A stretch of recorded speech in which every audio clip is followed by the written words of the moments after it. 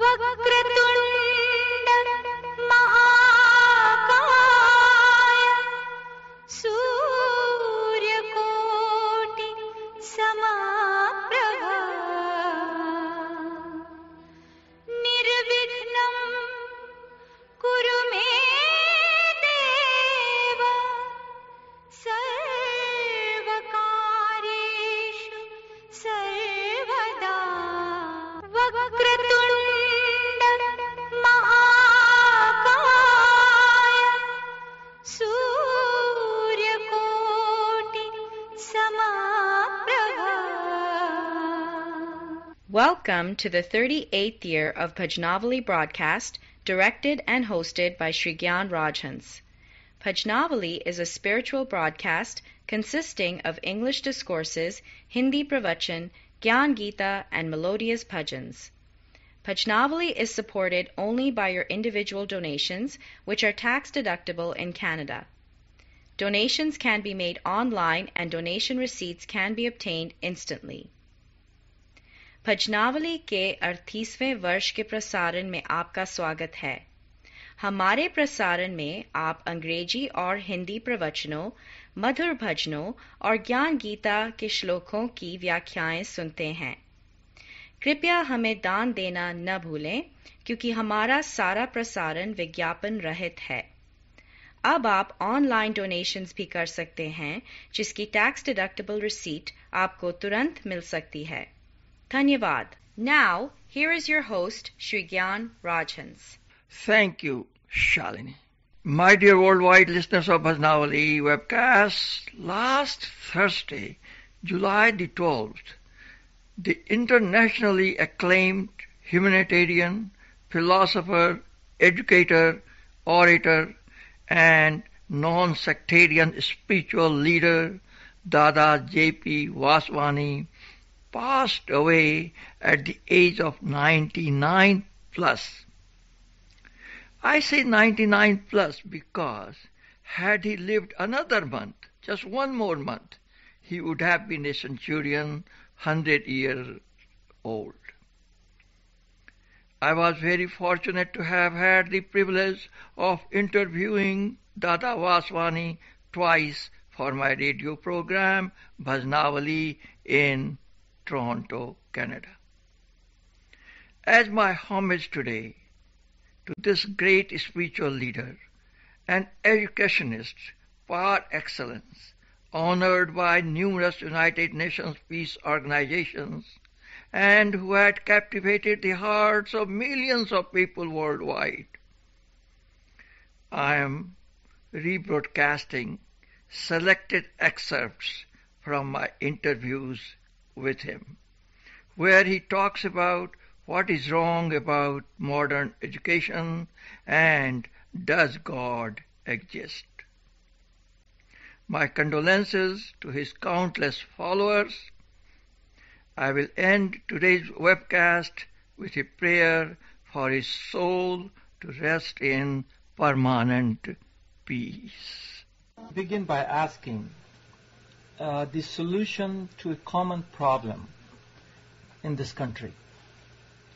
Many parents complain that their children do not listen to them. They do not obey them. They do not respect them. I hear that complaint day in and day out.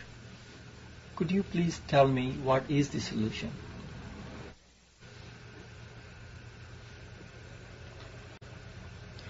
As I have studied the modern system of education, I feel that it lacks in this one great thing, the spirit of reverence. The Indian system of education believes that the secret of knowledge is reverence. Indeed, that great English poet said, did he not? Let knowledge grow from more to more, but more of reverence in us dwell. If reverence is lacking, a person may have acquired a number of degrees of universities. He is not truly educated until he has grown in the spirit of reverence. And reverence is of three types. There is reverence for what is above us. There is reverence for what is around us. That's right. There is reverence for what is beneath us. And a truly educated person is rich in these three types of reverence. But the trouble with the modern system of education is that it does not inculcate the spirit of reverence in the mind of the student. It is not only the elders who complain that they do not receive respect from the youngsters. The teachers in schools and in colleges, they do not receive the respect that they deserve from their students. But there again, the fault is as much with the teachers as with the students. The teachers should be men of character. Teachers should be men of culture. Teachers should be men who work not for wages, not for the salaries that they draw. They should work in a spirit of altruism. This is very important. Otherwise, teachers will not be respected.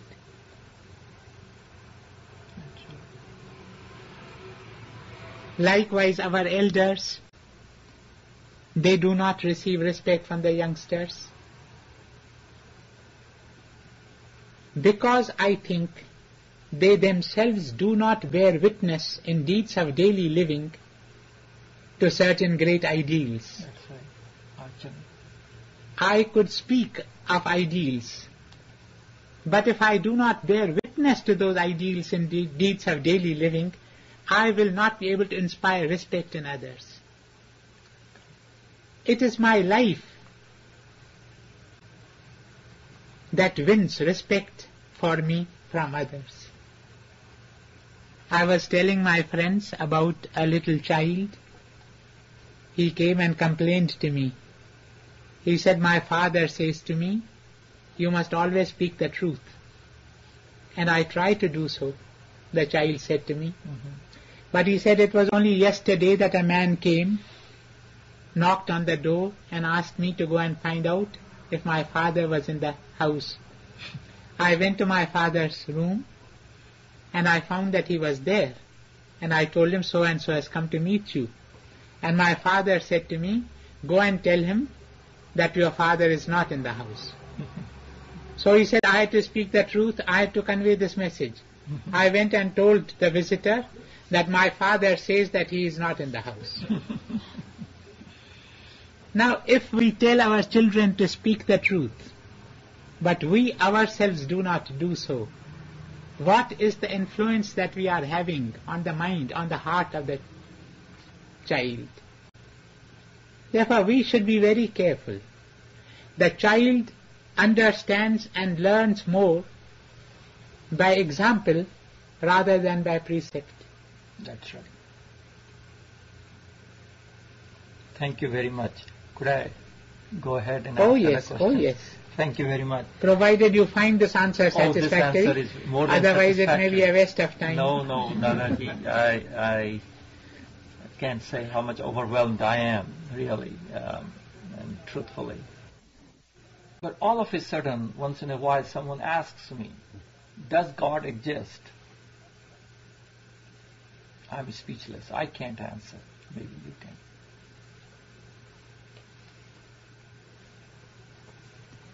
The question is not whether does God exist, but the question is, do you exist? If you ask those young people, do you exist? They will tell you yes. Now that is the starting point. If I say that I exist, I must try to find out what that I is. As I delve deeper into this question, I will find that there are two types of self. Myself, as I say, that myself is of two types. There is the lower self, but there is also the higher self. There is the lower self, the ego, with which we are familiar in our daily life. It is the self of passion and pride. It is the self of greed and hatred and jealousy and envy. It is this ego. Actually, it is such a tiny thing. It is a speck of a speck. It is an atom of an atom of an atom. But in daily life we magnify it. And therefore, in the world today, we have wars and violence, we have hatred and strife, we have cruelty and cutthroat competition, because we have magnified this tiny thing, the ego. Now, as we study the question more and more, and this study is carried on through a practice of silence, we begin to realize that there is another self within each one of us. That I, that real I, we call it the higher self. And when we come into contact with the higher self, it becomes very easy for us to recognize that there is a great power that is controlling the universe, that is controlling the destinies of individuals and nations. There is a great power that is the cause of the creation of this universe. And that is what God is.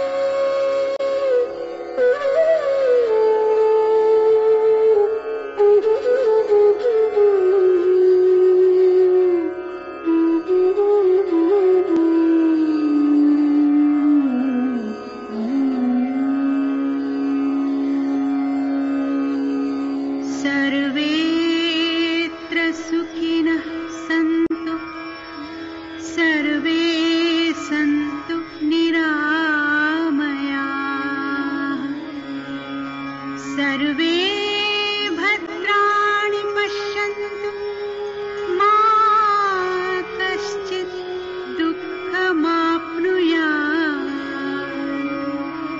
सर्वेऽत्र सुखिनः सन्तु सर्वे सन्तु निरामयाः सर्वे भद्राणि पश्यन्तु मा कश्चित् दुःखमाप्नुयात् ॐ शान्ति